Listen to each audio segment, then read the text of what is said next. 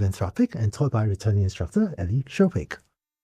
Skills give Claude Code and other agents new abilities to carry out tasks. I'm thrilled to have Ellie return to teach this. Thank you, Andrew. I'm happy to be back and work with you all on this one.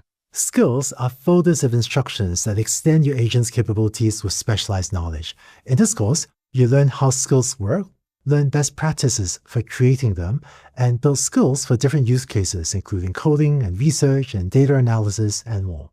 What's exciting about skills is they're now an open standard, which means they have a standardized format that work with any skills-compatible agent. So you can build your skills once and deploy them across multiple agent products. Any skill should include a skill.md markdown file, which contains the skill's name, description, and main instructions. The main instructions can also refer to other files, such as scripts, additional markdown files, and assets such as templates and images. Skills are progressively disclosed to the agent, which means that the skill's name and description always live in your agent's context window, but the agent does not load the rest of the instructions into its context until a user request matches the skill's description. At that point, the agent might then additionally load the reference and asset files if needed as well. To use the skill, your agent needs a basic set of tools: file system access to read and write files, and a bash tool to execute code. And these tools enable your agent to execute whatever commands a skill requires. Your agent can combine skills with MCP and subagents to create powerful agentic workflows. For example, it can use MCP to get data from external sources, then rely on a skill to know what to do with that data or how to retrieve it efficiently. It can also delegate tasks to a subagent with isolated context, which can itself use skills for specialized knowledge. In this course, we'll start with Claude AI, where we'll create a skill for a marketing campaign and combine it with the pre-built skills for Excel and PowerPoint. Then we'll create 2 skills for content creation and data analysis workflows and try them with the Claude API. After that, we'll use skills with Claude Code for reviewing and testing code. And finally, we'll build a research agent with the Claude Agent SDK that uses a skill to combine research results. I'd like to thank Hara Salami from deeplearning.ai, who contributed to this course. So, how do you know when to use a skill? Let's say you have a workflow that you repeatedly ask your agent to implement. Instead of explaining the same workflow every time, you can package it as a skill so your agent automatically knows what to do. That's exactly what you learned with Ellie in the first lesson. So please go on to the next video to learn more. Skills are folders of instructions that package repeated workflows, specialized knowledge, or new capabilities for your agent. If you find yourself typing the same prompt across conversations, you should consider transforming that into a skill. Let's explore how to do that using Claude AI. So before we talk a little bit more about skills and dive into what a skill looks like and how it works, let's walk through a scenario to showcase why skills are so useful. Right here, I've got some campaign data in a CSV that I'd like to analyze the performance of. So just to show you what this looks like, I've got a date, a campaign name, impressions, clicks, conversions. You can imagine here that we're going to take in some marketing data and use Claude to analyze this information. So in my first prompt, I'm attaching this data, explaining what the input data looks like, asking to check for quality, funnel analysis, and some useful metrics around what I expect for click-through rates and conversion rates. At the bottom, I've got an output format that I'm requesting for this particular piece of data. Now you can imagine it would be valuable to not have to include this prompt every time and to have that packaged up. As we take a look at what we're seeing in our campaign data, Claude is going to read this CSV. It's then going to perform the data quality check and funnel analysis and give us back our campaign performance analysis. Here it's going to show the total records, any missing data, and any anomalies in the data that exist. If we take a look a little bit further, we'll see our funnel analysis versus the benchmark data that we were looking for before. We can see here some things that are working better, some things that are not working as well. We're getting a lot of useful data back that we can take action around, change our marketing campaigns, and move forward. We've got a nice interpretation of what Claude is telling us, what's working, what's not working. And now we're going to go ahead and ask for additional computations of certain efficiency metrics for marketing. These include return on our ad spend, cost per acquisition, and net profit, and so on. We're also going to ask for an output format in a certain fashion. We'll see the results from this efficiency analysis. We'll see what's working, again, what's not working, and some interpretations. We'll see our portfolio performance and our total net profit. Looks like we're making money here, but there's still much more that I'm sure we can do. The next step that we're going to do here is to take in an additional piece of data, our budget reallocation rules. The idea here is that we have extra money to play around with and think about allocating towards other marketing channels. You can imagine this file has quite a bit of data around the rules for allocating, what we're trying to figure out, and how best to decide where to increase our budget. This could also lead to maintaining a budget or decreasing a budget based on this framework that we have here. Again, this is a lot of data that is specific to our particular use case. Claude knows how to handle particular decisions and analyze marketing metrics, but here we're specifying exactly the way that we want to do things. This requires me bringing in external documentation, finding the right people, and even if I'm not the most knowledgeable about this, hoping that I get it right. We're going to go ahead and see these allocation rules, our recommendations. We can see what's passing, what's not passing, and a proposed reallocation here, freeing up some budget, analyzing what's working, and where to allocate additional budget towards. What we've seen here is a step-by-step process that requires us as the user to put in the necessary documentation and have the necessary pre-existing knowledge. Not only that, but everything that I'm putting in here is immediately getting added to the context window. What happens if I want to ask something different? What happens if I want to have a different kind of conversation? This information here is not always necessary for everything I'm going to do. What we're going to take a look at here is how we can take this information and package it into a skill, a standalone asset, a folder really, that contains instructions for how to go about performing the campaign analysis while also being intentional about what information goes into the context window and what information doesn't.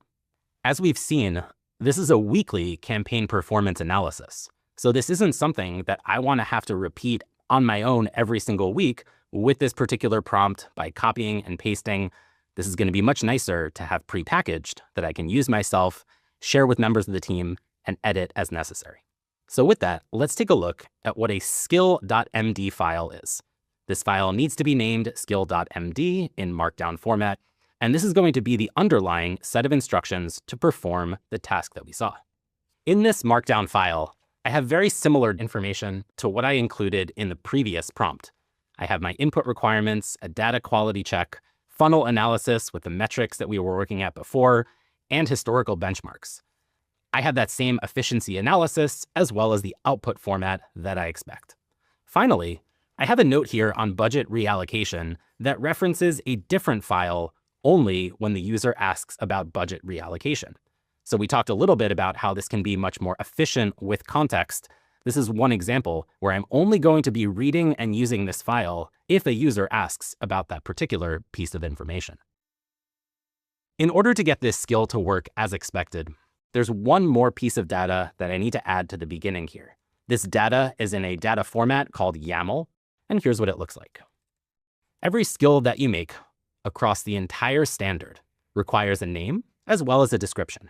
The name of the skill is going to be important for referencing when to use it and in the UI that we're working with if it's being used. And the description is important so that the model that we're working with can understand when to use this particular skill. When you make a skill, the name and description are required. So we've got our skill MD file, and the second file I want to show you is just this budget reallocation rules file, which is very similar to the other prompt that we saw. When you make a skill, your skill can reference other files as long as they're all in the same parent folder. These budget reallocation rules are exactly what I put in that previous conversation with Claude AI. So what we're doing here is we're moving away from putting in instructions directly in our conversation and instead putting it into a folder. Now that I've got this skill file, as well as any external files, what I'm going to do here is make a new folder. And I'll name that folder the name of the skill, Analyzing Marketing Campaign. There are some high-level rules around naming skills. Stick with lowercase letters, use dashes between words, and don't use reserved keywords like Claude or Anthropic. Now that I've created this folder for the skill that I'm making, I'm going to go ahead and make another folder called References. When we look at the open standard for skills, we're going to see that this actually is a specific name that we use when there are external references that the skill uses. And inside of our skill MD, we linked to references/budget reallocation rules. So I'll go ahead and put that file in this folder. I'll put the folder inside of our marketing campaign, and then I'll put the skill MD at the top level of this folder. If we take a quick look at what's inside, we should see our skill MD as well as our references folder that contains that additional budget allocation file. Now I'm going to go ahead and create a zip file from this folder, and I'm going to go ahead and upload that to Claude AI. Once I upload that skill, I should be able to start using it in future conversations. I'm going to head over to my settings right over here, and I'm going to go to capabilities. As I navigate to the bottom of capabilities, we're going to see this section on skills. There are some example ones that we'll talk a little bit about later, but right now I want to add my own. So I'm going to go ahead and add, and I'm going to upload the skill in a zip file that I created. I'm going to go ahead and drag and drop that zip file and give that a second to upload. Once that's done, we can see the name of our skill as well as that description. Now that we've uploaded our skill, let's go see this in action. I'm going to start with a new chat. I'm going to go ahead and ask Claude a similar prompt to what I had before, and I'm going to go ahead now and attach the same CSV that I was working with before. If this works as expected, we should start to see Claude pick up the skill for our weekly marketing campaign. Claude should then perform the tasks required in that skill, and the need for us to have all that prompt back and forth is no longer there. So let's go ahead and see what Claude can do here. We'll see here it's going to read the skill file to ensure it's following the right instructions. The name of our skill as well as the description is what is allowing Claude to pick this up. Since we're asking about reallocating the budget, it's going to go ahead and read that additional file that we uploaded to our skill. We'll then go ahead and analyze the data.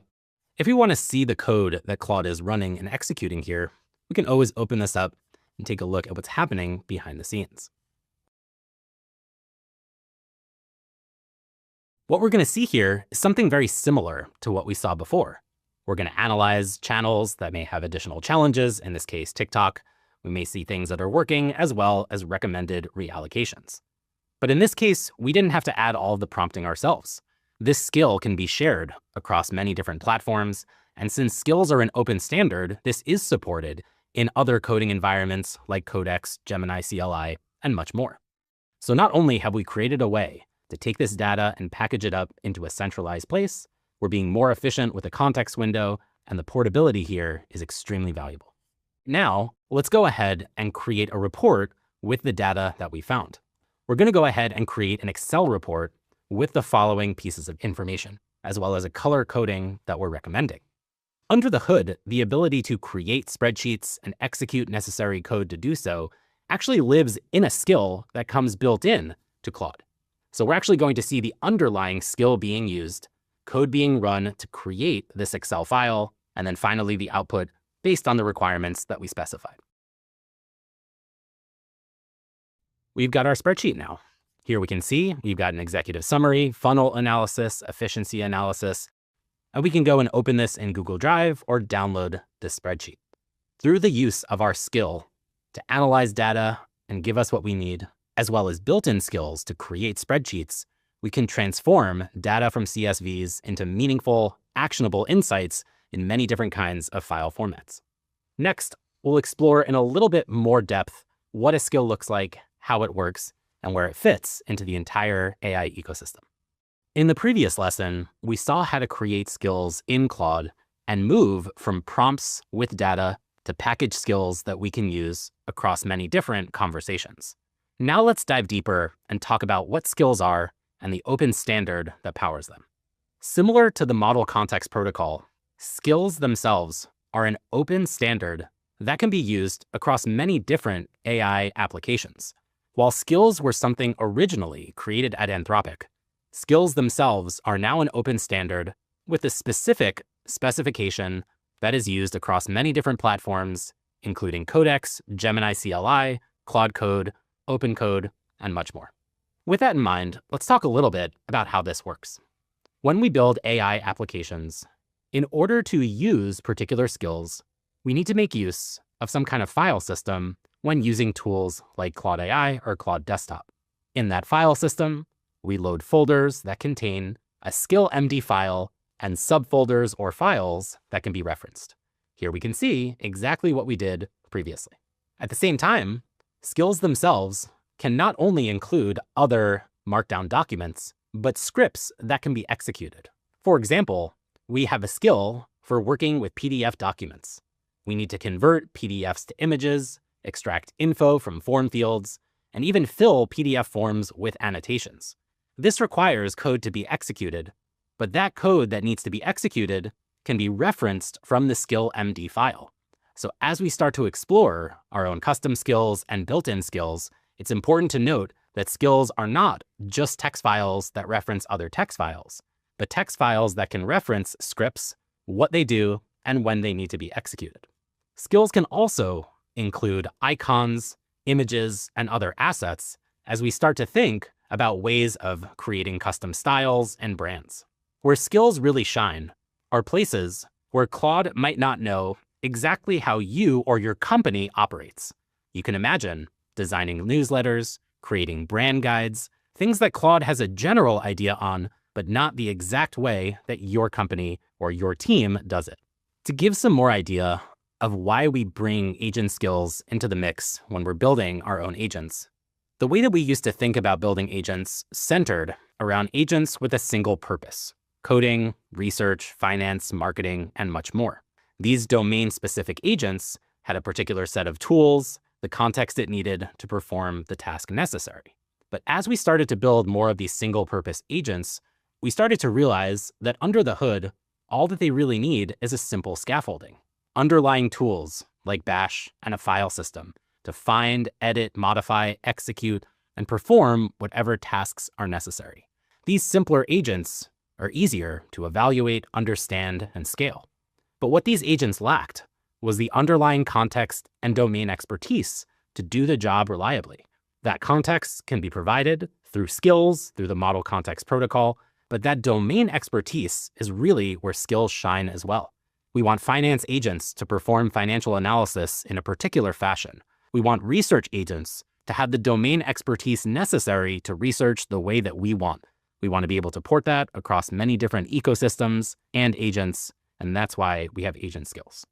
These skills provide us the procedural knowledge and the user-specific context that they can load on demand. In addition to domain expertise, skills can also provide a repeatable workflow.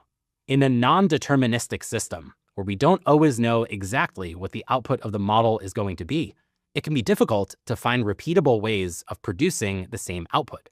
What skills allow us to do is provide a repeatable workflow with very articulate steps or instructions that allow the agent to perform a task that we can start to predict with more accuracy.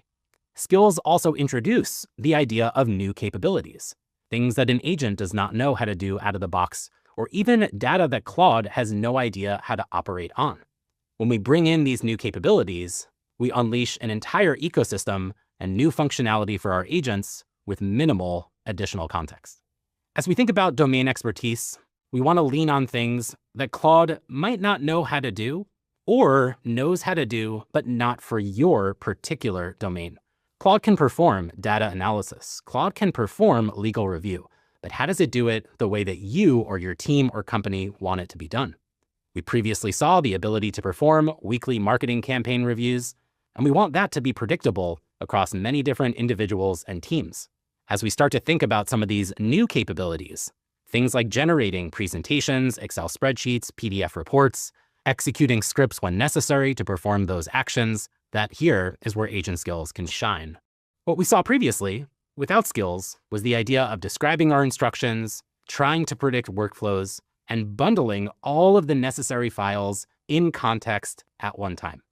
We talked a little bit about the portability of skills. And while we've seen skills so far in Claude AI, skills can be used in the exact same format, not only across Claude Code, the Agent SDK, and the API, but since agent skills are an open standard, you can use this across a growing number of agent products.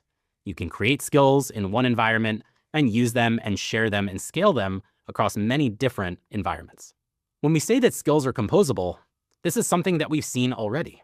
We can take custom skills like analyzing our marketing campaign, and we can combine that with built-in skills like creating PowerPoint presentations, PDFs, or Excel spreadsheets. Not only can we use multiple skills together, but we can combine them to build complex and predictable workflows. We can reference the skills necessary, the steps necessary, and start to create predictable outputs in a non-deterministic system. Under the hood, skills can contain quite a bit of information. We saw examples with additional markdown files and even examples with scripts that can be executed. You can have hundreds of skills across your system, and what we're going to see quite a bit more is that to protect the context window, skills are progressively disclosed. The idea of progressive disclosure is to only load the data necessary and avoid polluting the context. We like to think of the context window as a public good. The more data that we add to the context window, the more tokens we consume, the faster our context window fills up, and the likelihood of context degradation or incorrect responses potentially increases. In order to avoid polluting the context window with data that we might not need, skills introduce the idea of progressive disclosure. When skills are loaded from the file system, the only data that gets added to the context window is the name and description of the skill. This is essential so that Claude or any other system knows what the skill is and how to trigger it. Once that skill is triggered, the underlying skill MD is loaded. This is the next phase of loading data into context. And depending on what is required, if there are additional files or scripts that need to be loaded and executed, those will be loaded progressively. These additional resources can be loaded as needed. And if there are scripts that need to be loaded, those scripts are loaded and executed separately from the context window to avoid polluting with additional tokens that are not necessary. By using tools like Bash and a file system, Claude can load only the information that's necessary, execute only scripts and reading of files that is necessary, and intentionally only add what is necessary to the context window. In the next lesson, we'll continue talking about skills and particularly how they're used alongside other technologies like the Model Context Protocol, subagents, underlying tools, and much more. In the first lesson, Claude AI used the Excel skill to create spreadsheets displaying the marketing results. The Excel skill is one of Anthropic's pre-built skills, which also include a PowerPoint, Word, and PDF skill, as well as a skill creation skill. Let's take a look at those. Now that we've seen how skills fit in the entire AI ecosystem, let's take a look at some of the pre-built skills that you can use out of the box with Claude AI and Claude Desktop, and that you can install yourself with tools like Claude Code. Inside of this repository that lives at github.com/anthropic/skills, let's take a look at the skills folder and see which built-in ones that we have. All of these are ready for production usage, and we actually saw in a previous lesson the use case of this Excel skill. It's important to note that this list of skills, while created at Anthropic, is actually bucketed into two different sections. The skills for Microsoft Docs, PDFs, PowerPoints, and Excel are known as document skills. These are built in and always used in tools like Claude AI. The remainder of these skills are examples that we've created that you can toggle on and off in Claude, but by default, with the exception of Skill Creator, are toggled off. Let's first start by analyzing the PowerPoint skill. We can see, just like other structures, that we have a skill MD file, as well as other files and folders to reference. Inside of this skill MD, we have that same YAML front matter that includes the name and the description. What you're seeing here is how GitHub is rendering this markdown file, but the underlying code looks very similar to what we've made before. You can view it this way if you're familiar with markdown files. I'll switch back to the preview because it looks a little bit nicer. When we take a look at how this skill works and what it does, we've got an overview. The users may ask to create, edit, analyze contents of a PowerPoint file. Here's what it looks like. Here's how you read it. And if there are particular tasks that need to be done, there are underlying scripts to go ahead and execute. Remember, these are not executed right out of the box. These are only loaded and executed when necessary. There's quite a bit that we can do with PowerPoint presentations, colors, typography. As you can imagine, this is how we can start to make things that look nicer and look more like real-world presentations out of the box. There are design principles that we have, requirements that are necessary, and color palette selections that we can have Claude pick from when the user does not specify them. This skill MD is quite long, as there's quite a bit that we can do with PowerPoint presentations. But what we're going to see later in this lesson is how to actually use this skill to take existing data and turn it into a beautiful looking presentation. The next skill I want to show you is a little bit of a meta idea here, and that's called the skill creator. And the skill creator is a skill that serves the purpose of programmatically creating skills for you. Instead of having to do things from scratch and create the necessary files and folder structure, the skill creator can do that for you. Let's take a look at the skill MD file and see what's happening here. Similar to our other skills, we have a name and a description, and I'm actually going to take a look at the underlying code here since it's a little bit easier to follow. We specify in this skill MD file what a skill is, what it provides, and then we include some of the best practices associated with skills.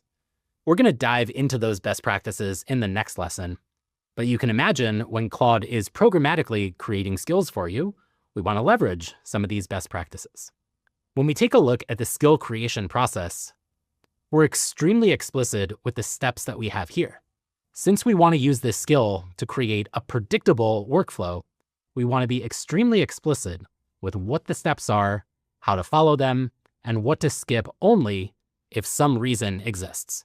We start with concrete examples, we plan reusable skill contents, and here you can start to see examples that are very helpful for Claude to pattern match when there's a skill you'd like to create.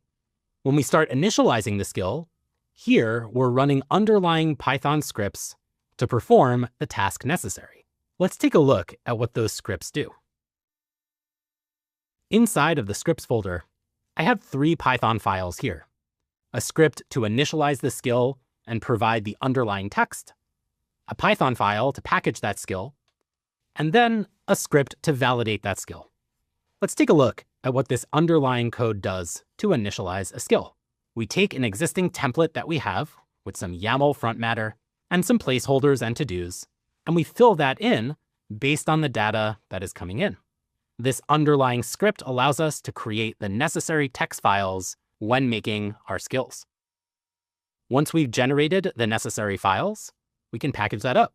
Here you can see we're bringing in the necessary modules to zip our skill necessary and make sure that we're doing this in the right folder and file structure. Finally, we have one last script to perform a validation of our skill.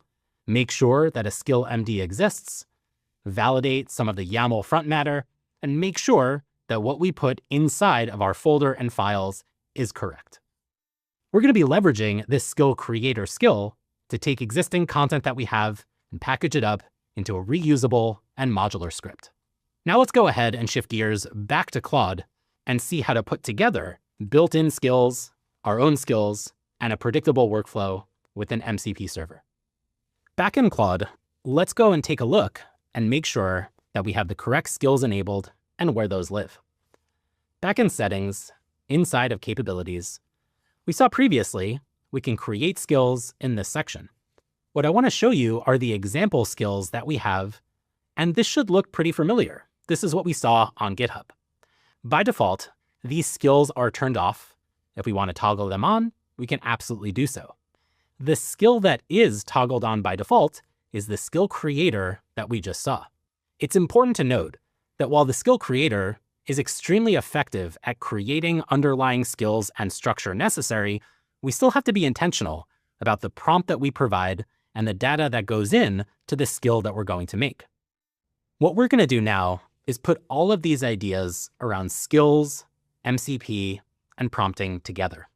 First, we're going to modify our previous skill that we created for analyzing campaigns to not use a CSV for data, but instead BigQuery. If you're not familiar, BigQuery is a data store powered by Google, and in order to bring in the necessary tooling and context to work with BigQuery, we're going to connect an MCP server. So we're going to use the skill creator skill to modify our previous marketing analyzing skill to use BigQuery. We're then going to use skill creator to create another skill. This will be for the purpose of brand guidelines.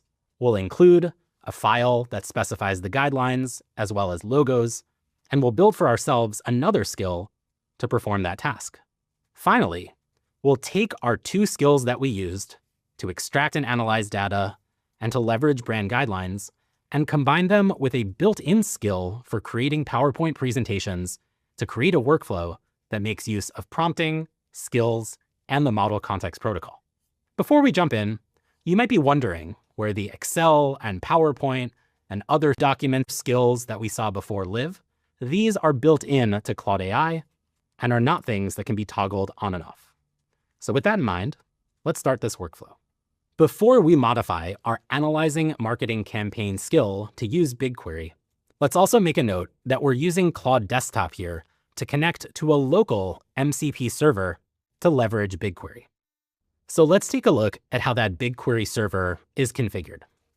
I'm going to head over to Settings, Developer, and here we can take a look at the underlying command and arguments and environment variables for the particular project and where my credentials live. For this example, we don't have to use BigQuery. You can use a database, some external data store, but we just want to showcase what it looks like with skills and MCP servers working together. And if you're interested in seeing that underlying config file, here's what it looks like.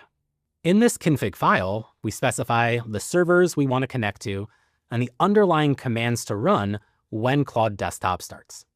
With that in mind, let's go ahead and modify our previous skill to now use BigQuery instead of CSVs for data access.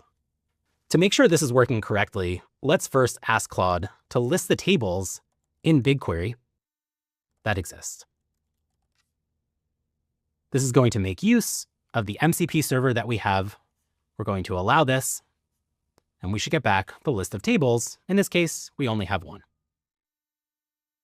So here we can see there's a data set called marketing that contains a single table. Now we're going to ask Claude to show me the schema of the table. Hopefully Claude can pick up that small spelling mistake, and we should be in business. Here we're specifying what the table looks like, and this looks great. And we're going to make use of this schema when we go ahead and update our analyzing marketing campaign skill. What we're going to do now is ask Claude to update our analyzing marketing campaign skill so that instead of a CSV upload, we pull from BigQuery. We specify the data from the BigQuery table, specifically the schema that we just saw above. Since we're all in one single conversation, Claude should have no problem taking a look at what the schema is. We're specifying some requirements for this, and just like in our existing skill, we want to make sure that the reference to our budget reallocation rules does not get modified. Like we spoke about earlier, the skill creator skill is extremely helpful and efficient, but we still need to give the context necessary. Notice here, the first thing it's going to do is analyze the necessary skill structure and use our skill creator skill to modify the existing skill and follow best practices. We're going to go ahead now and create the updated skill with a new skill MD file. Here we can start to see something that feels similar to our previous skill, but instead adding BigQuery instead of CSV uploads. Under the hood, we're using the file system and bash tools to create the necessary file and folder structure for us. What we can see here is instead of using a CSV, we're using BigQuery, and we're following the best practice of using MCP servers with skills where we specify the server and the name of the tool. The skill creator is following best practices to take our existing skill and modify it. So as we instructed skill creator, when we specified our required input, we're seeing this in practice right now. It's best practice not to use an ambiguous date range or the entire range, so we ask the user to clarify, and when we show an example of querying, we're specifying a date range. So some of the tools and requirements that we put in are being directly applied when we update this skill. So our skill looks like it's in great shape. In order to make sure this is saved to subsequent conversations, let's go ahead and copy this skill. Now we're going to shift gears and create a new skill for brand guidelines that we'll use alongside this skill to create a compelling, data-driven PowerPoint presentation. So let's go ahead and start with a new chat, and we're going to ask Claude to create a brand guideline skill from files that we upload. The first thing I'm going to do is upload a file with my brand guidelines, as well as some logos to be used in the presentation. Before we go ahead and create this skill, let me just show you what these brand guidelines look like. I've got a color palette, supporting colors, typography. Claude knows how to design things, but where skills really shine are where you can tell Claude exactly how you want things done for your company. Logos, colors, fonts, great example. Now let's go ahead and create a skill from these files that we can apply to future presentations and documents. What we're going to see here is the skill creator skill in action again. We're leveraging the existing tooling and skills that we have to use best practices, as well as the guideline and logos to make a skill that is repeatable and portable. We're going to analyze other existing skills to see what patterns they use and make sure that this new skill we're creating can complement them. And this is extremely valuable since we're going to be using this with PowerPoint presentations. Now that we have a good idea of what needs to be done, let's run that init skill Python script that we saw before. This will create the underlying skill, and now we can start adding our assets to the skills assets folder. We're going to start to see colors populate, accent colors, fonts, typography, and in a bit, we'll have a skill that we can start adding to all future conversations when there's design that we need done. Our logos are being pulled in, Word documents and PDFs are specified, and presentation layouts are the way that we want them to be. The skill creator has finished running, and here we have a skill MD file that's been created, following best practices with a name and a description, as well as underlying folders with the necessary data and logos that we need. There's one more step we need to do to make sure that this gets added to future conversations. In order to make sure this is saved to subsequent conversations, let's go ahead and copy this skill. Once this is done, we should see this skill in the list of skills that we've created. Now that we've updated our skill to move from CSVs to BigQuery and created a new skill for our brand guidelines, let's combine that to build a workflow alongside the built-in PowerPoint presentation skill to first analyze our data and then generate a presentation. So we're going to first analyze our marketing data for a different week in BigQuery to see how each channel is doing, and then based on that data, generate a presentation with our brand guidelines. Let's see what this looks like. First, we're going to go ahead and read the relevant skill files. This includes our marketing campaign analysis, and will include our BigQuery guidelines as well. We're going to go ahead and make sure we have the correct PowerPoint presentation skill, as well as our brand skill for styling. Inside of the underlying PowerPoint presentation skill, there's additional documentation for presentation creation. First, we're going to go ahead and start with BigQuery. We're going to query what's necessary. We can take a look and see the underlying SQL that's being written, and like we saw before, that date range that we're looking for. Now that we have the data, we're going to use these metrics to go ahead and generate a PowerPoint presentation.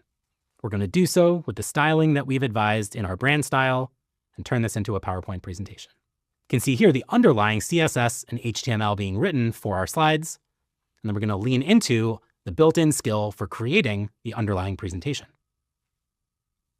Now that we've got the right HTML files, let's go ahead and create our presentation. Here we're using the native PowerPoint skill and writing the necessary code to create the presentation. We can see here, even when there are particular issues, the model will go back, edit anything necessary, and lean on the exact workflow, not only for running code necessary, but validating what needs to be done.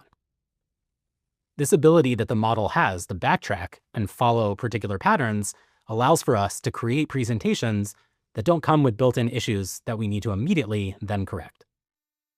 So we're seeing that Claude's done its verification, the slides look great. Now it's going to go ahead and generate that underlying PowerPoint presentation, which I can open up in Google Drive and use as Google Slides, or I can download directly.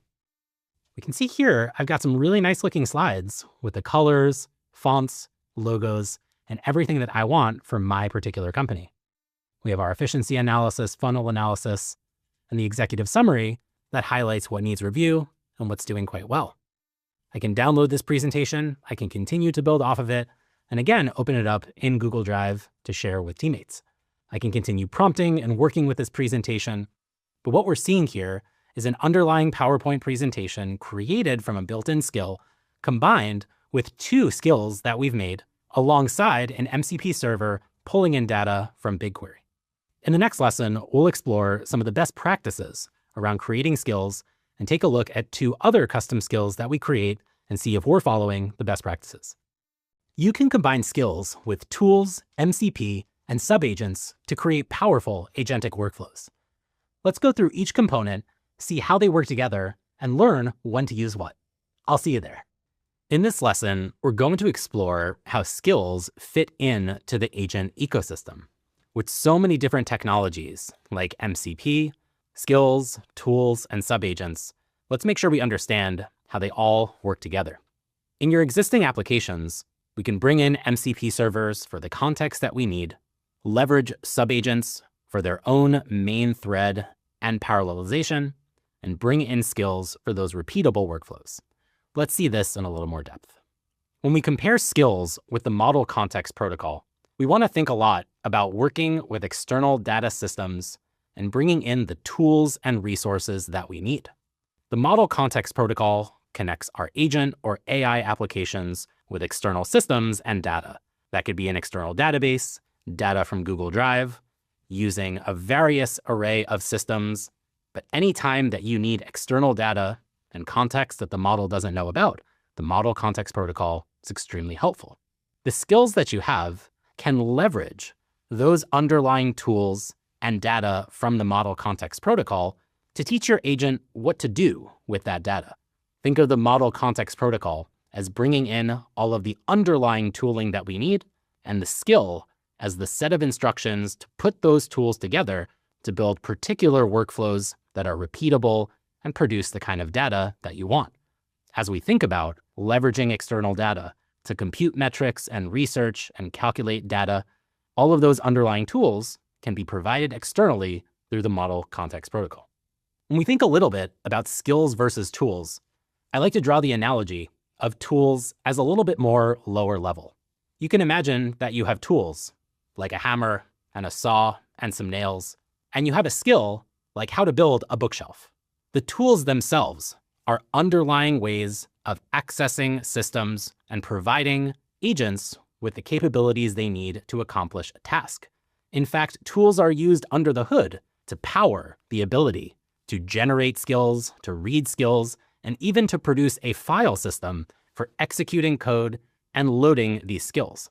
Skills extend to capabilities with specialized knowledge, bringing in additional files and scripts that need to be executed, but the ability to execute those underlying scripts and load those files and folders is provided by tools.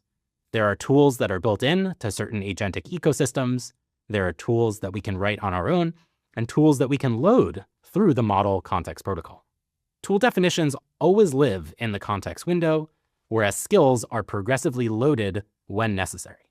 When we think about how these work together, skills allow us to create predictable workflows, and those skills can bring in scripts that can be executed kind of like a tool on demand. If there is a tool that we do not need in every single conversation, we can use that only when needed through skills and progressive disclosure. When we think about how subagents fit into the mix, let's first define what we think of as a subagent. We have a main agent that can spawn or create subagents that can report back to the parent agent. These subagents can be created through ecosystems like Claude Code or the Agent SDK, or we can also make our own. When we think of the value that subagents provide, we think a lot about having an isolated context with fine-grained permissions, as well as executing tasks in parallel. When we think about what these subagents can access, we have limited tool permissions, and we also can specify what skills each subagent can access. So while the main agent can serve as an orchestrator and can leverage whatever skills necessary, subagents can do the same type of idea with making use of particular skills. Subagents work quite nicely with skills, where we can have a particular subagent like a code reviewer, whose sole task is to analyze and review a code base and leverages skills which specify exactly how you, your team, or your company might perform a code review. When we put this all together, we can provide an analogy of a customer insight analyzer. Let's think about how this all works together. We have a main agent that is given a set of tools. Those tools could be provided from MCP servers. We can bring in the data, the resources, the tools necessary to perform the tasks needed. For dispatching subagents to analyze customers, we might analyze interviews from customers or surveys from customers, and do those in isolation and parallelize them to get data back even faster. When we think about how to actually analyze insights from customers, how to categorize feedback, summarize findings, how to analyze interviews and surveys, and how to make sure we do those in a predictable fashion with the right tools loaded at the right time, that's where skills come into play. We bring in data externally, we leverage subagents if we need to parallelize and execute in a separate thread and context window, and we bring in skills to consume all of this information in a predictable, repeatable, and portable fashion. To summarize this, there are many different pieces in the AI ecosystem when we think about building AI applications. Fundamentally, we have prompts, the underlying, most atomic unit in a conversation. Prompts are the underlying tool for us to communicate with models, but prompts themselves don't scale very well across teams and companies. To bundle these underlying prompts and conversations and code and assets, we can leverage skills. Subagents that we have tasks delegated to can make use of skills. Those subagents can then consume tools necessary from a main agent that are defined through the model context protocol. As we think about what these particular features aim to solve, we want to be really intentional about how we're loading this information and what this is best used for. When we think about the context window as a public good, we want to be intentional about when subagents can help us minimize what goes in the main context window and how MCP can load the data necessary and skills can load it progressively. When we talk a little bit about the persistence and how we can think about drawing things into a longer-term memory, with subagents, we can persist across many different sessions from the subagent and the parent agent. With skills, we can persist across conversations that we have with the user and the AI application. So as we think about where each of these steps are used, we want to use skills for procedural, predictable workflows and subagents for full agentic logic only when necessary for specialized tasks. In the next lesson, we'll take a look at some of the pre-built skills that come with Claude. We'll take a look at the repository for these skills, dive deep into some of the skill MD files, and talk about a very useful skill called the skill creator, so that we don't have to manually create all of our skills from scratch. In the first lesson, you saw how skills work with Claude AI. Now we'll work with the Claude API to test the two skills we made from the previous lesson. To use skills with the Claude API, we'll need to use the code execution tool and the files API. This will equip Claude with file system access for reading and writing files, and with Bash for executing code.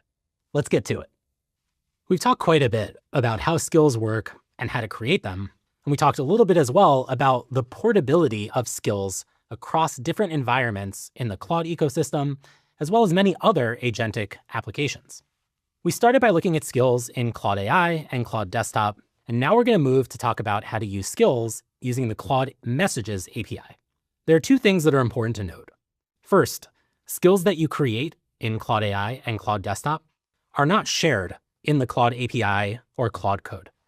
The second important piece is that in order for skills to work, we need the ability for Claude to execute code, create and edit documents, presentations, PDFs, and data reports, and work with a file system.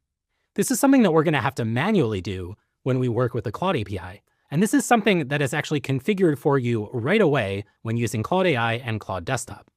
In Claude Desktop or Claude AI, if I go to Settings and I take a look at the capabilities, you can see here that there's a section for code execution and file creation.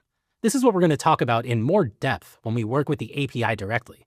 But this is a setting that is enabled by default that allows Claude to execute code, create docs, spreadsheets, presentations, and more.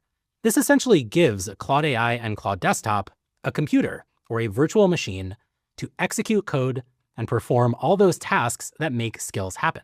If this is disabled, we will actually see that we need to turn this on to even be able to use skills. Now let's shift back and talk a little bit about how this code execution tool and file creation works, because we're going to need to enable this manually when we work with the API. When working with tools like Claude Code and the Claude Agent, you have direct access to a file system, whereas using the Claude API, we do not and need a container to execute code and a file system to work with. With Claude AI and Claude Desktop, that containerized environment and file system is given to you and not something you have to implement. At the end of the day, the functionality is all the same, but the way in which we utilize skills is slightly different.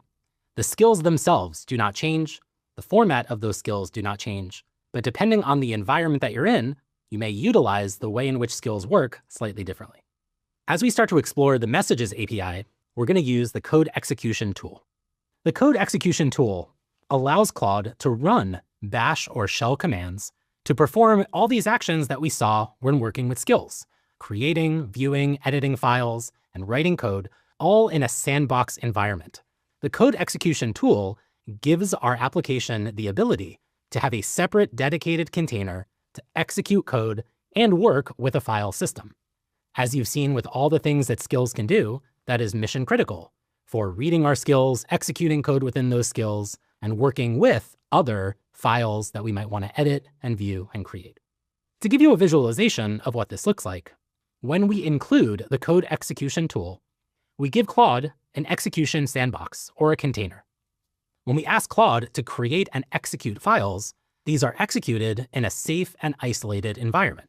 There are limitations for the RAM, the disk, the CPU, and more importantly, there is no internet connection provided, and there are pre-installed libraries that you get out of the box. So this does not work with every single kind of coding environment. There are some limitations here to be mindful of. At the same time, we also get access to a file system that we can start adding directories to. You might have even seen hints of that when we worked with Claude Desktop and Claude AI. This limitation of no internet connection is something that is specific to the Messages API. When we're using the code execution tool in Claude AI or Claude Desktop, we do have access to an internet connection and we can download and install packages. The code execution tool works quite nicely with another set of APIs that Claude API allows us to work with. As you can imagine, when we're working with files, adding, creating, writing, modifying files, we need some mechanism for actually storing those underlying files. The Claude API includes a set of APIs called the Files API to upload and download files that can be run and worked on inside of the container. You can imagine a scenario where the user asks to summarize some input and save the summary to a text file. We upload that input file, send it to the container, download generated files with this Files API. We're going to be seeing this shortly in code when we see the IDs that we get back from uploading and downloading files and how this works nicely with skills and our code execution tool. And this is exactly where skills come into play. The library of skills that we get out of the box in tools like Claude AI, or that we can include if we want using the API, those live in a directory that are powered in the container. As we start to read from this skills directory, as we start to add information to our skills or use those underlying skills to create new files that we can download or upload, this is where skills come into play. And we're going to see a requirement when working with the API. When we want to use skills, we need to use the code execution tool as well. Now that we have a good sense of what the code execution tool and Files API allow us to do, let's see how to use this in action. We're going to go and revisit the two previous custom skills that we built for generating practice questions as well as time series analysis. So let's head over to a Jupyter notebook and explore this. Right here, I have my two custom skills that we've worked with before. I also have a folder for data that I'm going to be using to analyze time series data. I also have a folder for lecture notes that I'll be using when I use my generating practice questions skill. To get started in this notebook, I'm going to load the environment variables that I need, as well as a helper to help me find particular files from a directory. We're going to see this in action when we start using our skills. To start, I'm going to begin using my generating practice questions skill. So let's go ahead and take a look at the first part that I need to do. To begin, I need to upload the skill directory. Here you can see we're using that files from dir helper function, as well as the necessary beta headers for skills. Once this is done, I should be able to see the skill ID that I've created. This betas list are particular headers that I add when I make a request to the messages API. Under the hood, these are turning into request headers to make sure that I'm getting the right data back and communicating appropriately with the API. To take a look at all the skills that I have, I can use this .list method, and I'm going to pass in a source of custom so that we don't load all the built-in skills and instead just confirm that I've created the ones as expected. And here I can see the title as well as the unique skill ID that I'm going to be using shortly. In order for this to work as expected, we're going to need to make use of the LaTeX file where we're going to generate practice questions from. Here, I'll use the Files API to upload this particular LaTeX file, make sure that it's set for reading, and then get back a file object. I'll be using this file object in conjunction with the skills necessary to make sure that it's all working as expected. I'm using Sonnet here, and I'm passing in the necessary beta headers, not only for skills, but in order for skills to work as expected when talking to the model, I need to make sure I have the code execution beta as well. And since I'm sending a file here, we have to make sure we have the Files API header as well. When working with skills, these skills are set in a keyword argument called container, and here is where I pass in the list of skills. These could be custom ones or built-in ones. As I create many different versions of the skills, I can reference a particular timestamp or just use the latest one that I have. As I start to communicate with the model, I ask it to generate practice questions and then specify the file that I'm working with. This file object was previously created when I uploaded the LaTeX file. We finally make sure we're bringing in the correct tools for code execution and send a message to our API. Now let's go take a look at the response that we got back. We can see here that there are multiple different pieces being used. Tools on the server, code execution, additional tools being used, and then finally a bash code execution result. To make this a little bit cleaner to look at, let's add some nice formatting so that we can go ahead and take a look and analyze different text responses and tool use. We're going to go ahead and see in this particular series what's happening one step at a time.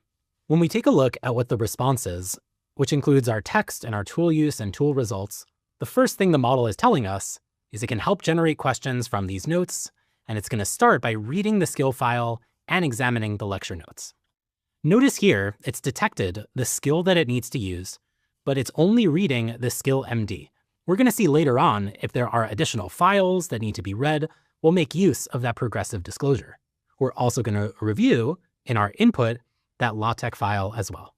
We're going to go ahead and see the underlying data that comes from these files. This is the YAML front matter that we've seen before, as well as the LaTeX from our notes4.tex file.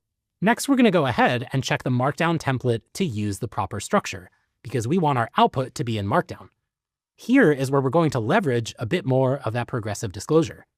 Here's where we're going to read inside of the assets folder that Markdown template MD.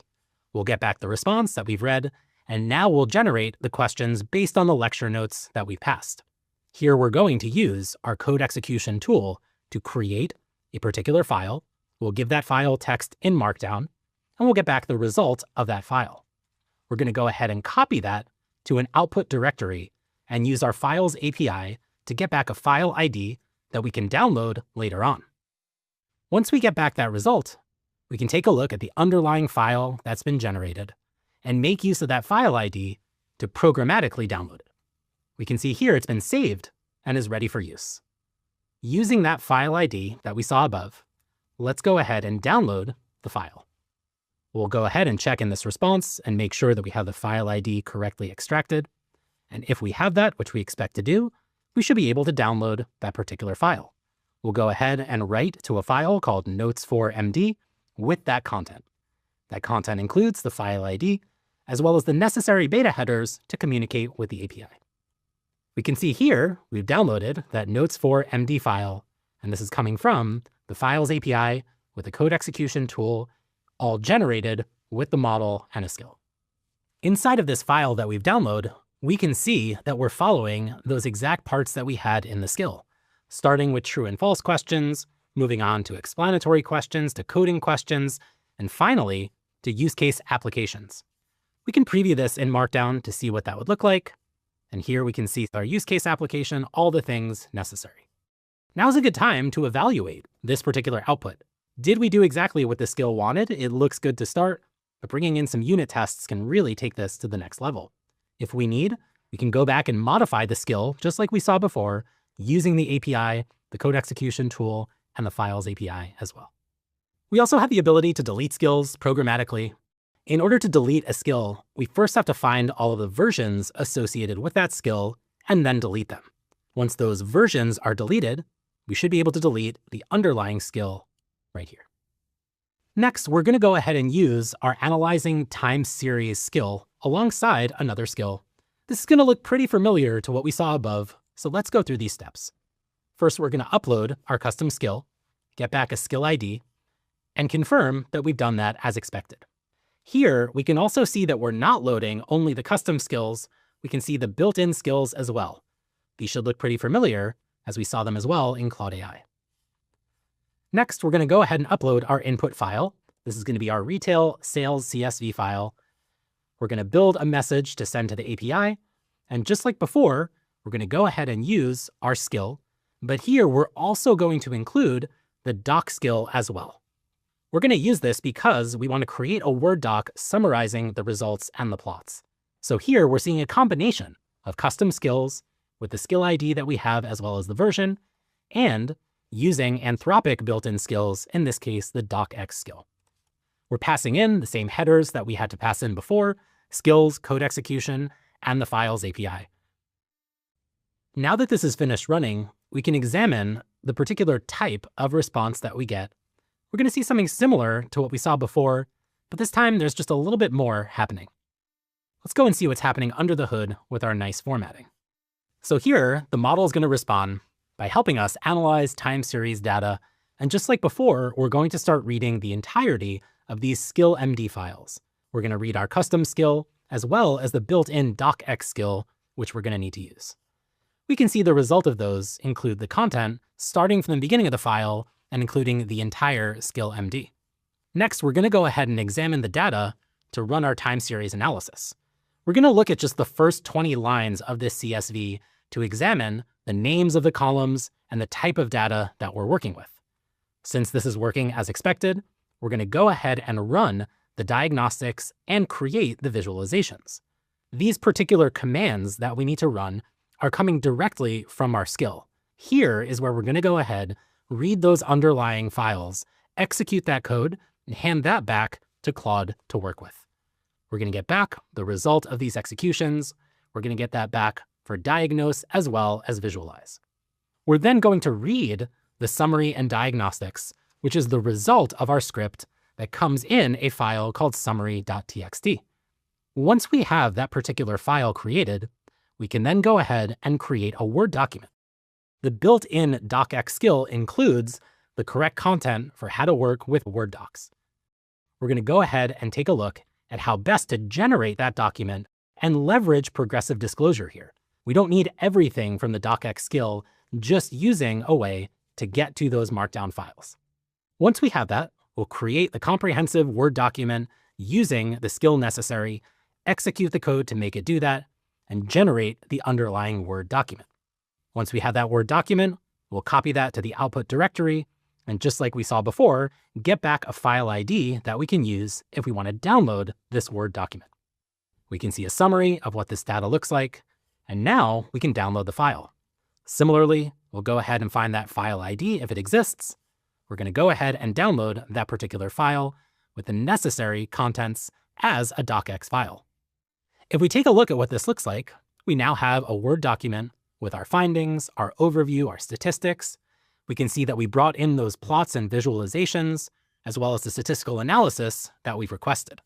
This is also a great time to not only evaluate if what we're doing is expected in the skill, but that we're doing this in a predictable fashion. As we continue to evaluate, we can always modify this skill as much as we want. But all this data is coming in from the skill as well as the docx skill to create this individual file. Like we saw before, if we want to delete this skill, we can list all the versions and delete all those versions. And once those versions are deleted, delete the underlying skill. In this lesson, we've combined our knowledge of the Messages API, the Code Execution Tool, the Files API, and Skills to take our custom skills and work with them programmatically. In the next lesson, we're going to move to Claude Code and see how to add our own custom skills inside of a .claude folder and build a more sophisticated command line application. We'll now switch to Claude Code and use skills for code generation, reviewing, and testing. We'll also set up subagents and equip them with skills. Let's have some fun. So far, we've seen how to use skills in Claude AI and using the Claude Messages API. Now let's talk about how to use skills in Claude Code in a bit more depth. The application that I'm using is a command line application for creating to-dos that need to be completed and listing them, and eventually editing and clearing. I'm going to show the Claude MD file to give you a sense of what this project does, and then we're going to do a little demo before we jump into each of the individual files. In Claude Code, you have the ability to create a Claude MD file. This file is created using the /init command or manually by the user. This file is always in your context and specific to your project. This is where you can specify general instructions about the code base, project you're working on, technology stack, and things that Claude needs to know in every single conversation. So again, we're building a command line task management application using Python, Typer as our CLI framework, using data classes, rich. We're storing information in a JSON file for persistence, and using UV for dependency management. Our architecture follows according to this pattern. We've got our entry point, and all of our commands get their own individual Python file. We set up our data class in our models.py, our logic for storing, serializing, deserializing in our storage.py, and then to display things nicely in the terminal, our display.py. We have a couple constants, and then our tests. We can see in this file, we have our priority, our task as data models, how data is persisted. And remember again, for this Claude MD, this is data that is always available in context in every conversation that we have. This is useful information to help Claude figure out where to find things and how best to structure information. So with that in mind, let's hop in and play around with this application. First, I'm going to go ahead and activate the virtual environment. So I'll source, venv, bin, activate. Once I've got that set up, make sure my dependencies are in order with UV sync.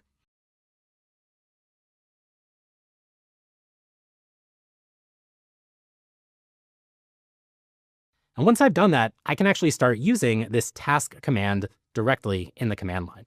If I take a look at the command, I see I have commands like add and done and list, as well as some additional options. So let's go ahead and take a look at the tasks that I have right here. Right now, I have none of them that are found. I'll clear the terminal so I can start from the top. And let's go ahead and add a task. Right here, we'll call this write the final report. And we'll give this a priority of high. And we'll give this a date to be done with the following. We can see here I've added that successfully. So let's go take a look.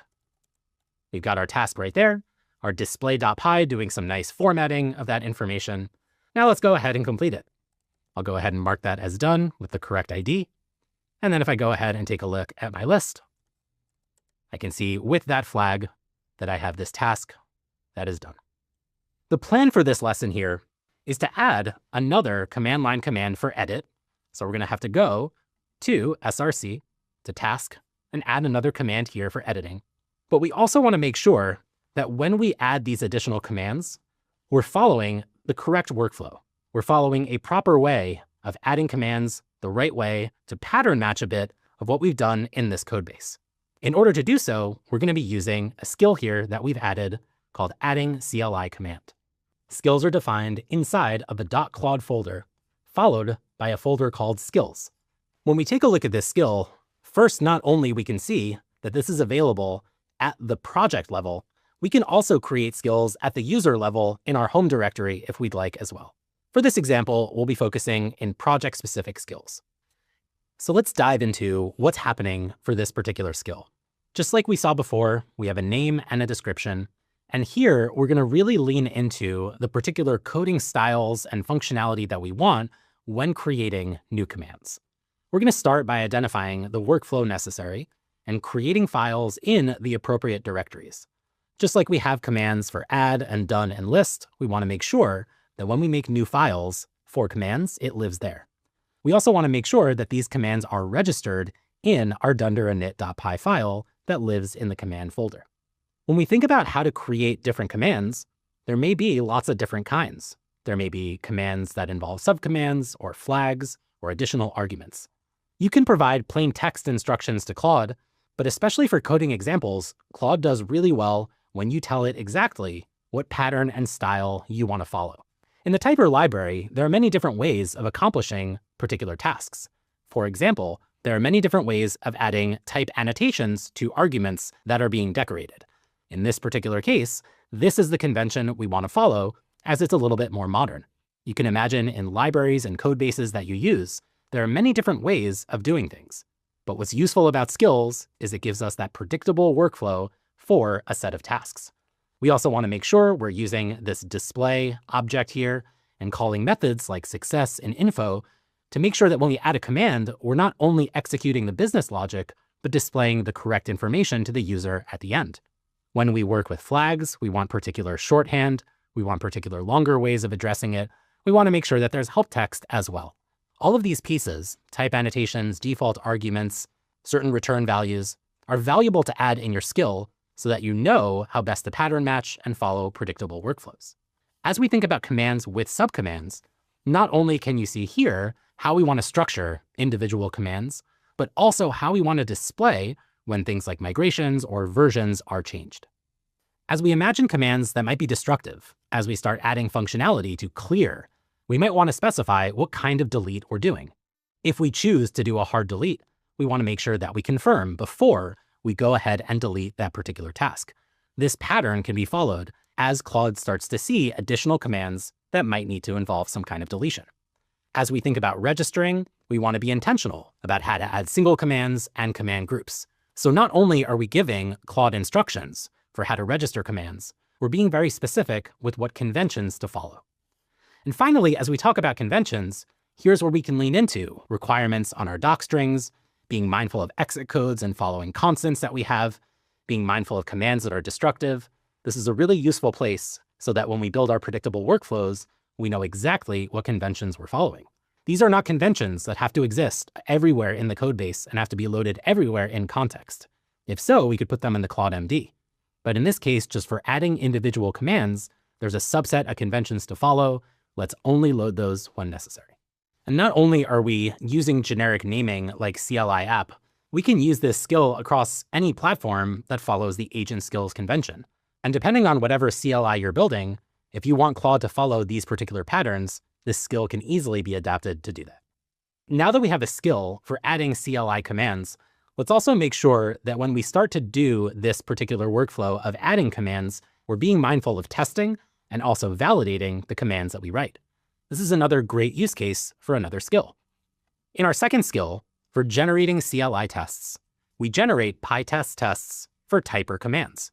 We include here what kinds of fixtures we want, how to handle edge cases, and this is really important that we add what to do and how to trigger this particular skill. You can see here, use when the user asks to write tests, test for my CLI, or add test coverage.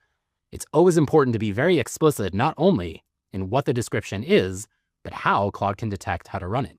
Similar to other skills, we specify the workflow that we want. When writing tests, it's often best practice to leverage fixtures. You can think of fixtures as information that is run each time as you arrange your tests to set up information, to set up dummy data, as well as any kind of mocking or test infrastructure that you need for each of the tests that you write. For example, here, we specify what our temporary storage might look like, and we specify what some sample data might look like.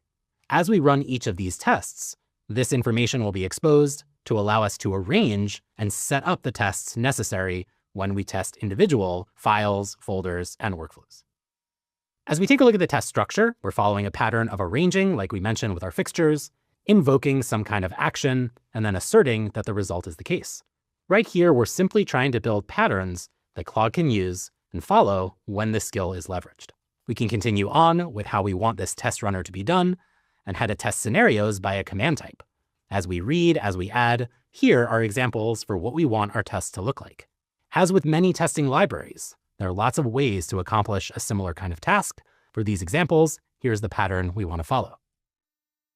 As we wrap towards the end of this skill, we want to think a little bit about edge cases to cover. When writing tests, we want to think about invalid input, any kind of state, confirmation, or what happens when things are not found or don't exist.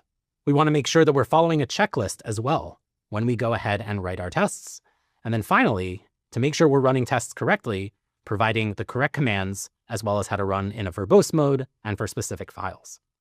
The last skill that we have here is to wrap up and review and make sure that we're executing the commands as expected. Once we've generated the tests and the tests are running, let's make sure we're following the correct conventions.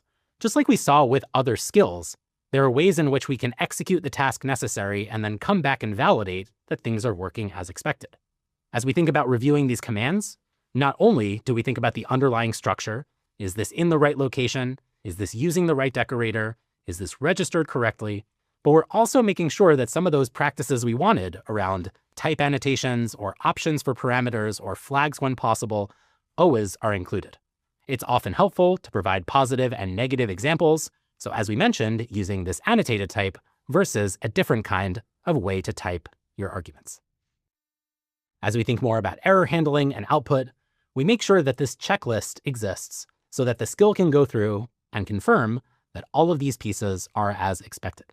We're not telling Claude how to perform these actions like adding commands and generating tests. We're making sure that it's working as expected. You can think of this like an evaluation almost for the other skills that we have, and including this skill as part of our workflow. As we take a look at the bottom, making sure that our best practices are followed, as well as examples of mistakes we might see and fixes for those. As we take a look at the output format of this skill, we want to make sure that all of our checklist is addressed, including a summary and suggested fixes. It's very useful to have this underlying review so that when features are finished, we can start by taking a look at this review, include this even as part of our code review, and make sure we're building production-grade features backed by tests following best practices. With that in mind, let's start to put all of these skills together. The first thing we're going to do here is to add a new command that allows us to edit individual tasks. We're going to want to make sure we edit the title and priority and pass in an ID that is valid. Now let's hop into Claude Code and use these skills. To make sure that I've registered these correctly, I'm first going to just type in /skills. This is going to list the available skills that I have to me. These are project skills. We also mentioned we can add skills in our home directory, but right now we're just dealing with project skills. We can also see the amount of tokens that these skills are taking as we just think about the name and description necessary. When you create a new skill in Claude Code, you want to make sure that you close Claude Code and open it up again so that skill can be identified. So if you find yourself looking at your list of skills, but you're missing the one that you might have just created, make sure to close that instance of Claude Code, open it up again, and you should be in good shape. Now that our skills are loaded correctly, let's go ahead and add a new edit command to allow users to edit the title and priority. We're adding a little example here and ensuring that we follow the conventions for creating a new CLI command. So let's give this a shot. We can see here that Claude Code is prompting to use the adding CLI command skill, and that's great. We'll go ahead and make sure that in the future, it doesn't prompt us to do so. We can see here we're going to read the existing files and storage to understand the convention, as well as take a look at examples of other commands for reference. Now that we know the conventions, let's go ahead and create that particular file. We can see here there's a new file edit.py being created, and we're going to go ahead and make that change. We'll see here edit.py appears, and we're now going to register that command, following the order that the skill has set out for us. We can see here that the command is being registered inside of our dunder init as expected. We're going to go ahead and make that change as well. So we'll go ahead and let it proceed and run this command to test out and make sure it's working as expected. Looks like we're seeing what we expect, and that's in good shape. It's now going to run the add command and then go ahead and run the list to make sure we've added successfully. It's seeding some data that we can then make sure the edit command works as expected. We'll go ahead and edit that particular task, and we'll see here that we didn't specify a title or priority. We'll then go ahead and put in that title, and here we'll see that edited as expected. It's going to ask me again to edit this task, and this is going to happen over and over as we start to test all kinds of examples. And while I could proceed over and over again, we can imagine that this might start to fill up the context window quite a bit, And if this were a larger scale system, it might be very time intensive and even compute intensive. So what we're going to do here is something slightly different. We're going to leverage the functionality that Claude Code has for using subagents. We're going to have one subagent to review code and follow the criteria so that the main agent can focus on the development. We're then going to have another subagent to generate and run the tests using the skill that we have. What's going to be useful about this is that we can have the main agent focus on development, while subagents in their own context window focus on generating the tests and reviewing the code. We can then take the feedback and tests generated, bring it back to the main agent with a much more context-efficient approach. It's important to note that subagents do not inherit skills from a parent, so we need to be explicit with the skills that we give to each subagent that we make. There are multiple ways of passing skills to subagents. One way we're going to show you is being explicit with the name of the skill in the subagent. Another option that we'll link in the notes is where you can provide the exact agent name and how best to run it from the skill directly. With that in mind, let's go ahead and create our subagents. The first agent we're going to make is our code reviewer, and we're going to create these agents using the /agents command. We're going to create a new agent.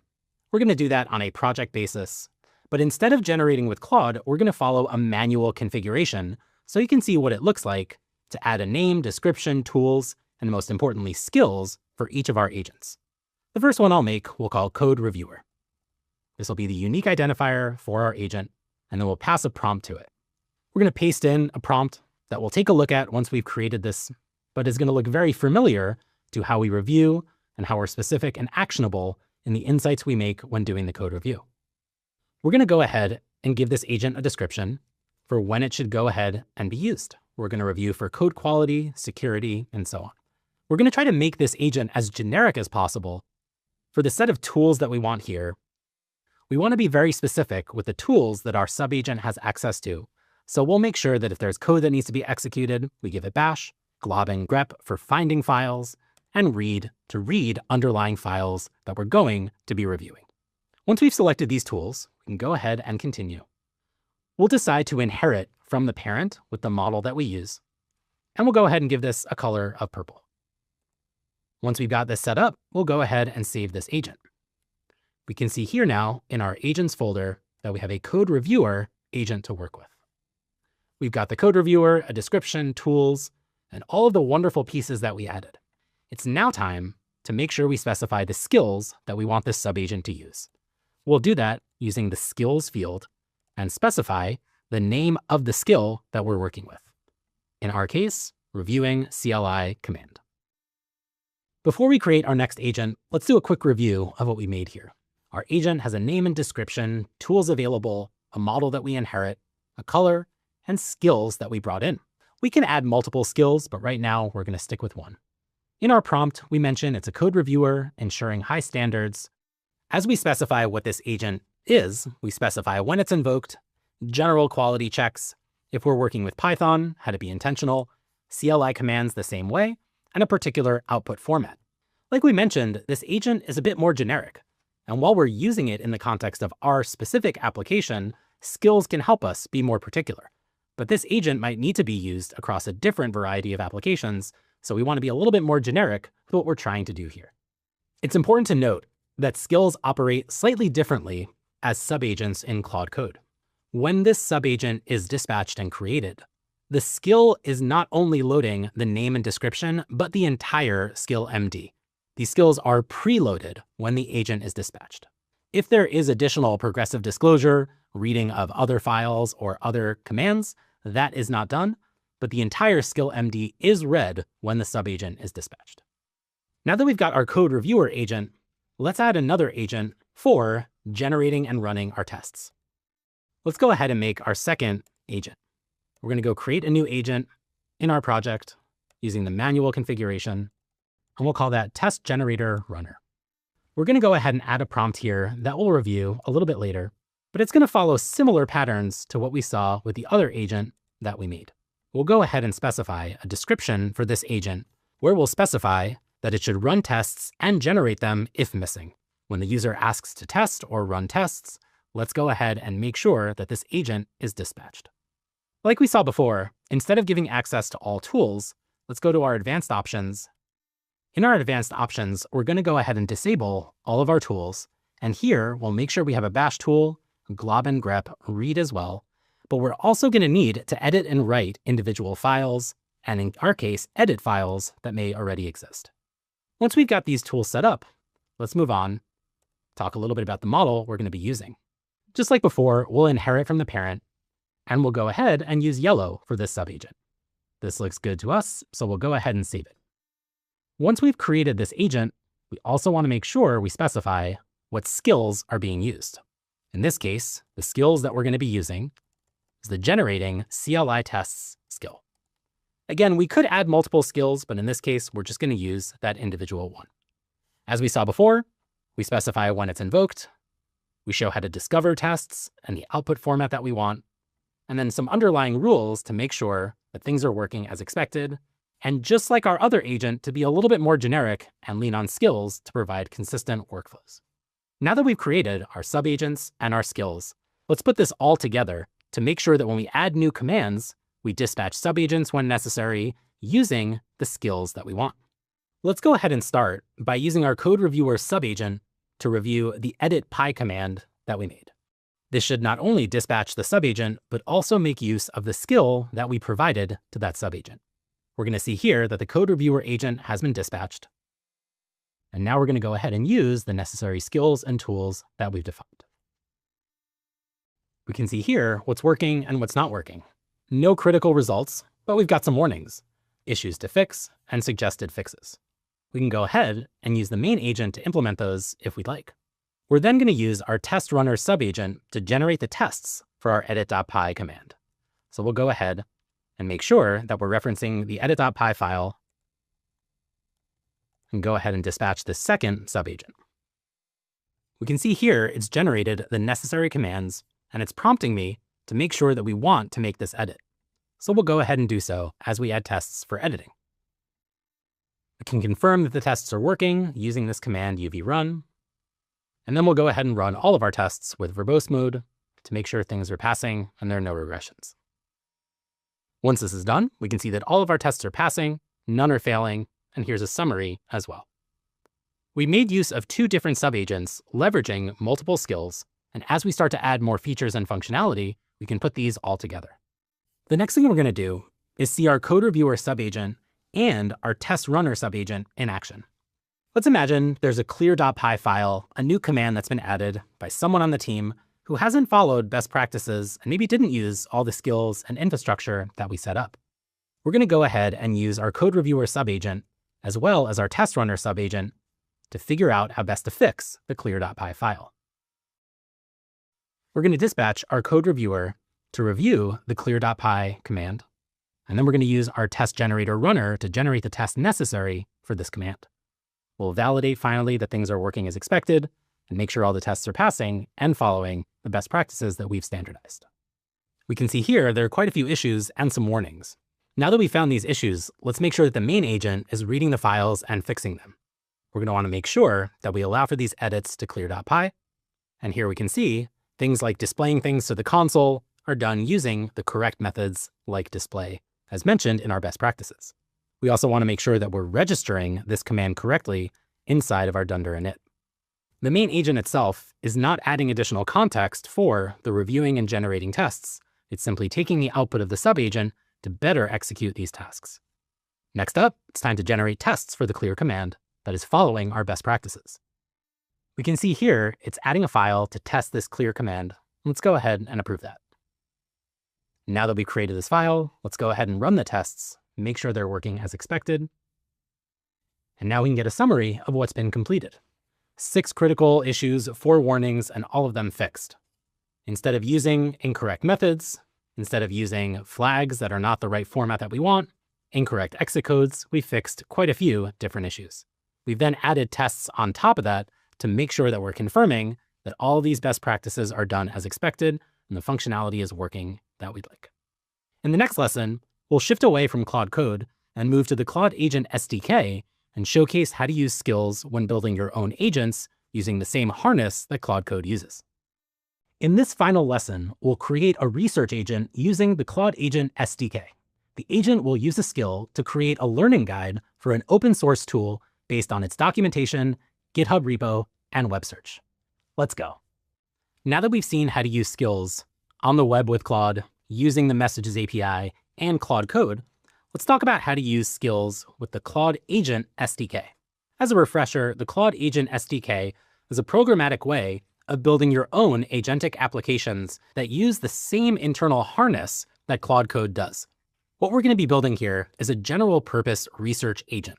The main agent is going to be able to research information from multiple sources and synthesize a summary. It will dispatch 3 different subagents for analyzing documentation, analyzing and downloading repositories, and researching information by searching the web.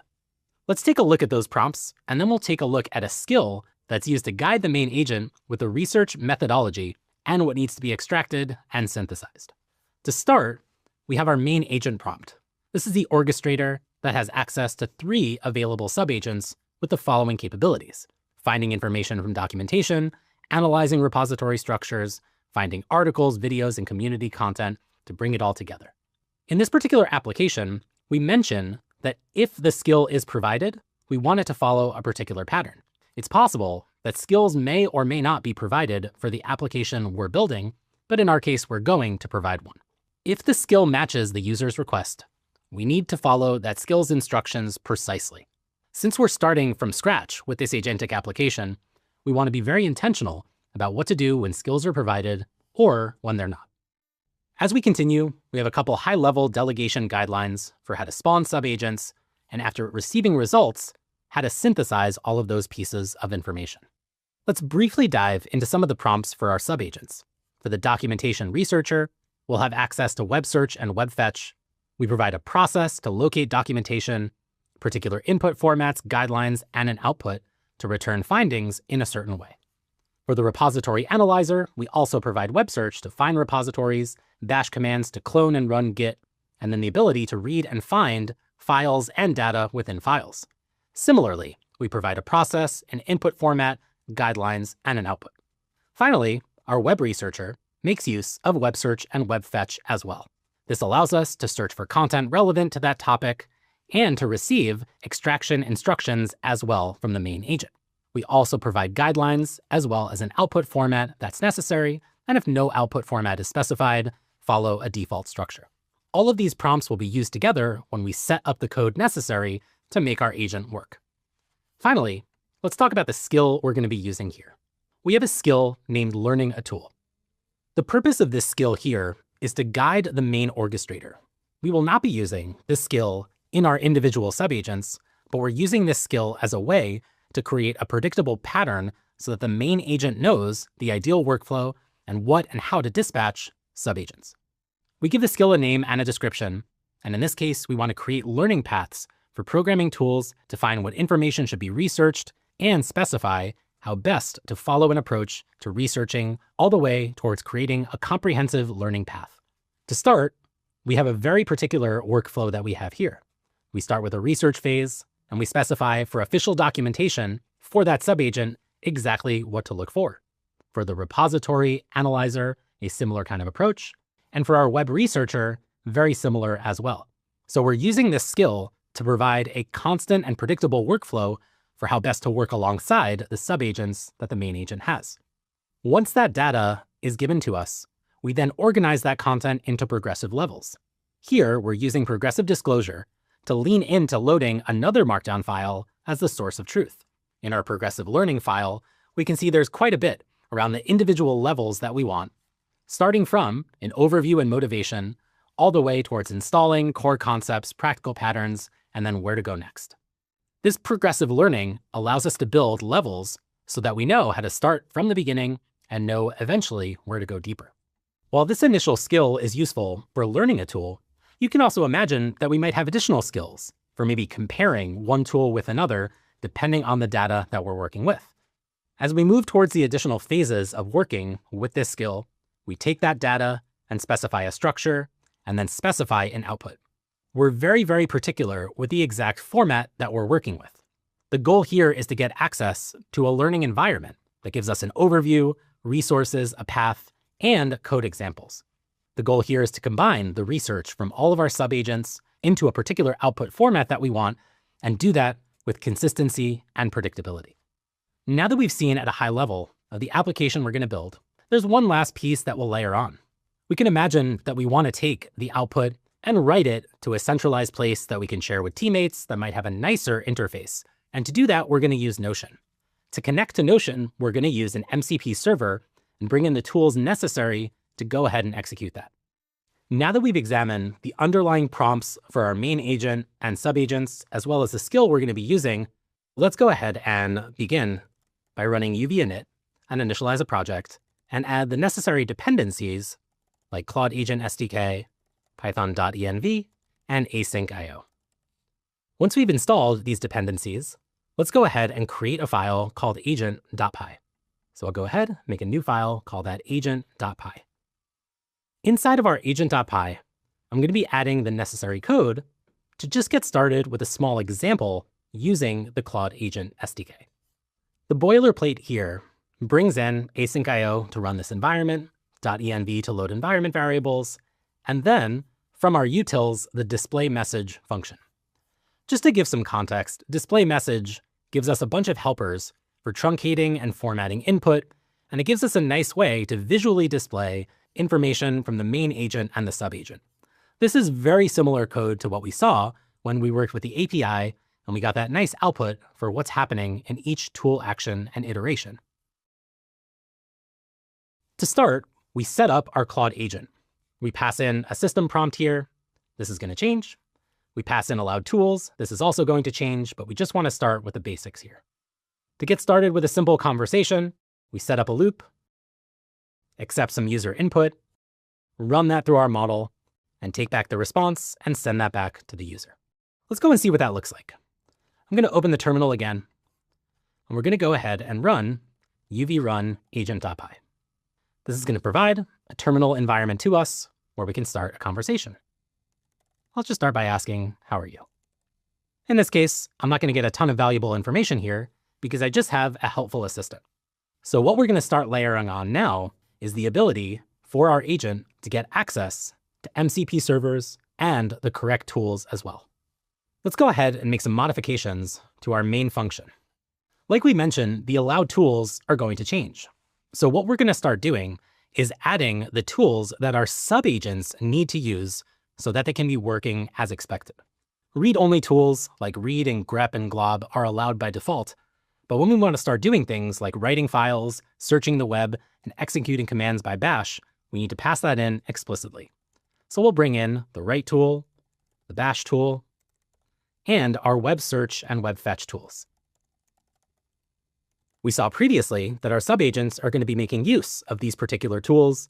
Our agent that's analyzing repositories needs bash to run git commands and writing files, and our docs researcher and web researcher will make use of searching and fetching. Now that we brought in these tools, the next thing we're going to add are MCP servers to connect to. We'll use the MCP servers keyword argument and specify the name of the MCP server, which in our case is Notion. We're going to pass in some default configuration, and we're going to specify the command to run the Notion server alongside a Notion environment variable that we have. So we're going to make sure before we go ahead from our .env file, load in our Notion token, and import the OS module to make sure that we can read that file correctly. Now that we've loaded our MCP server correctly, we need to make use of the tools that Notion provides. If we would like, we can ask Claude right now, what are all the tools that you get from this MCP server? Or we can go ahead and add those explicitly by using MCP, the name of our server, followed by the name of the tool. In this case, we're going to be using all of the tools that Notion provides to us. We need to make sure that this MCP Notion exists in allowed tools so that we can give the main agent permission to use this set of tools. We can explicitly add the name of the tool, or in our case, we're just going to include all the tools available that MCP Notion provides to us. Now that we've set up our MCP servers and our allowed tools, let's go ahead and bring in our subagents and definitions for them. We mentioned that our system prompt is going to change. And to start, we're going to go ahead and load all of the prompts that we have. We'll bring in a constant and a helper function that we have to load all of these prompts, we're going to go ahead and call that function to go ahead and bring in these prompts inside of our main function. We're going to make use of these markdown files to load in the text necessary and pass them to our agent options. Before we go ahead and update the main agent, we're going to add a dictionary that references all of our agents with a definition. We're bringing in the agent definition class, which we'll want to make sure we import correctly. We can see in the agent definition, we have a description for our subagent, a prompt that specifies the instructions for the agent, and then the tools that we want that agent to use. Similar configuration to what we did in Claude Code. You can see here, we still need to use our main agent prompt as well as this dictionary of agents. So we'll update our system prompt with the main agent prompt, and then we'll make sure to pass in an additional keyword argument of agents that references our dictionary with our agent definitions. As you can see here, our researcher, our analyzer, and our web researcher are using tools that we've defined here as well. It's important to make sure that you list all of the tools that your main agent and your subagents will need to use inside of your allowed tools, or else your subagents will not allow them, even if you include the tools here. Now that we've set up our agents, we need to make sure we also include the all-important task tool to make sure that we can dispatch subagents and assign tasks to them. The last piece we need to add here are skills. And the good news is, in order to add skills, there's just one more tool that we need to add, and that is the skill tool. Since we have an environment here where there's a file system and the ability to execute code using the bash tool, all we need to add is this skill tool so that we can correctly read skills and understand how best to use them. Similar to Claude Code, skills are defined inside of a .claude folder, followed by a folder called skills. Make sure your markdown files are skill.md and your folder is called skills in the plural.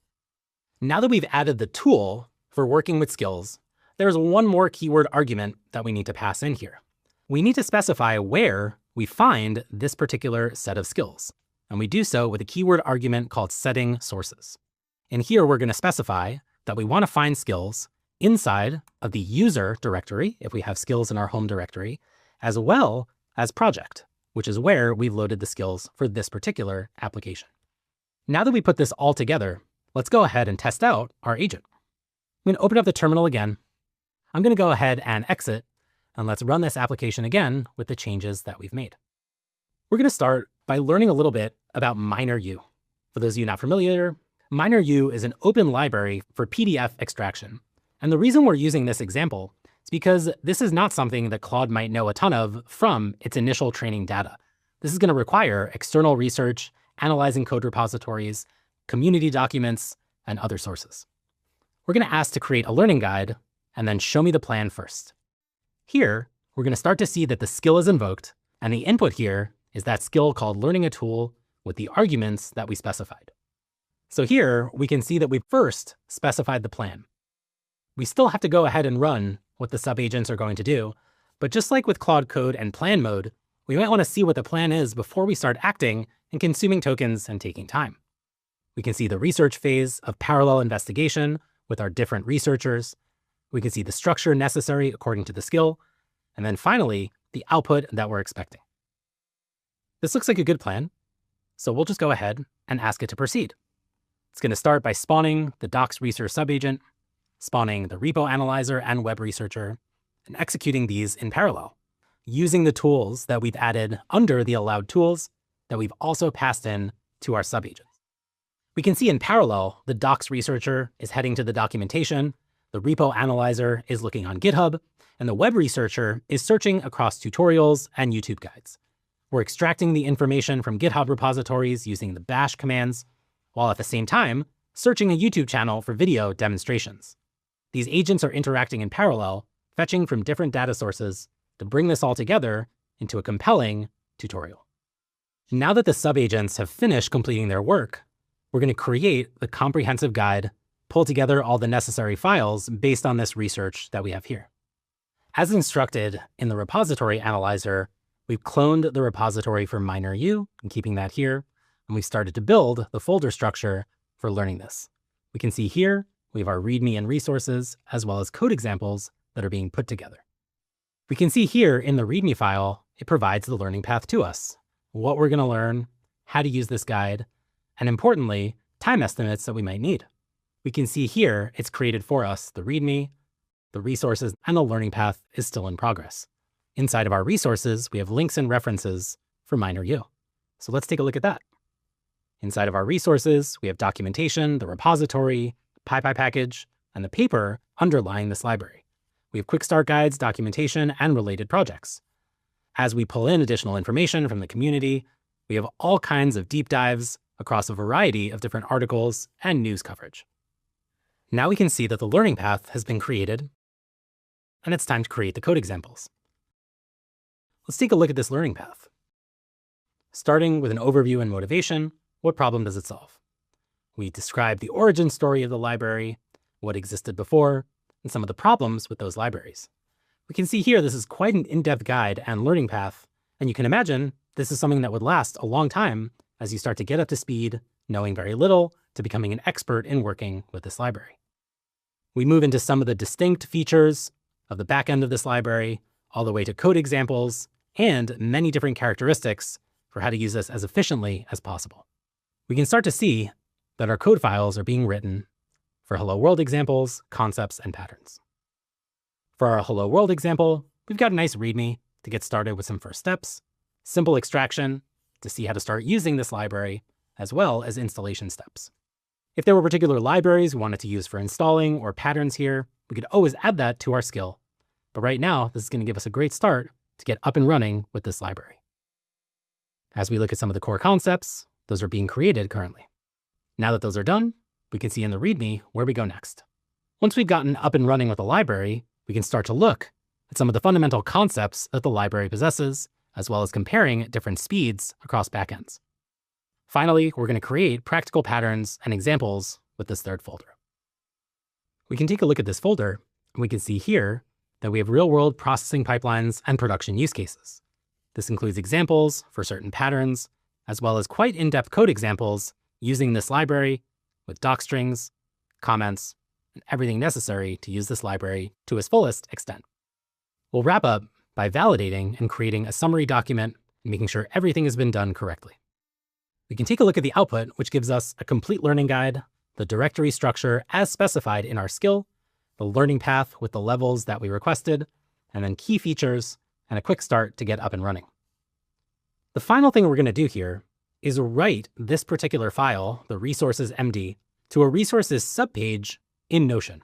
This page already exists, so let's take a look at what that looks like, and then we'll prompt to go ahead and use our MCP server to do the writing necessary. We can see here in Notion, under this learning section, I have a subpage called resources. The goal here is to use the MCP server to populate what we had in our resources MD to this right here. So let's go ahead and ask our agent to write that file to that subpage in Notion. We're going to be explicit with the tools that we use in Notion and allow it to use what we have available. We found the resources page. We're going to read the resources MD and convert it to the correct format in Notion using rich Notion blocks. You can see here we're using multiple tools from Notion, doing this in batches, adding the quick start guides, API documentation, and the rest of the information inside of our resources MD. We can see here in the resources file, it's dynamically updating based on the documentation in our resources MD. And as this finishes up, we're going to see all the content from that file appear on our Notion page. Now that it's finished, let's go take a look at what our Notion page looks like. We can see here, we've got our official documentation, our tutorials, video resources, community channels, all the data that came from that markdown file, we've now written to Notion. We've made use of skills, MCP servers, agents, and subagents, all using the Agent SDK. You can imagine layering on additional skills for a more complex workflow, or additional subagents to perform a variety of tasks. We've just started to scratch the surface with functionality, and there's still some security concerns that we should be mindful of. For starters, we're allowing commands like write and bash to be executed without requiring permission from the user. The next step here is to build an interface, just like Claude Code, that ensures that we allow the user to confirm that they want to use those particular tools for a certain action. We've also just started to scratch the surface with the ability to even add things like interrupts for our agents and subagents, similar to Claude Code. So we've given you the foundation, to continue to build powerful agentic applications, and we can't wait to see what you build next. Congratulations on making it this far. You've learned how to create skills, explored their best practices, and seen them in action across different platforms. When creating a skill, start with basic markdown instructions, then expand later following progressive disclosure. Monitor how your agent uses your skill in real scenarios and iterate based on observations. Make sure the description contains enough detail for your agent to know when to use it. Don't forget, Claude is very knowledgeable about what skills are, so you can always start with a simple conversation to begin creating skills, and then use the skill creator skill to follow best practices. Thank you for joining me in this journey, and I can't wait to see what you build with Agent Skills.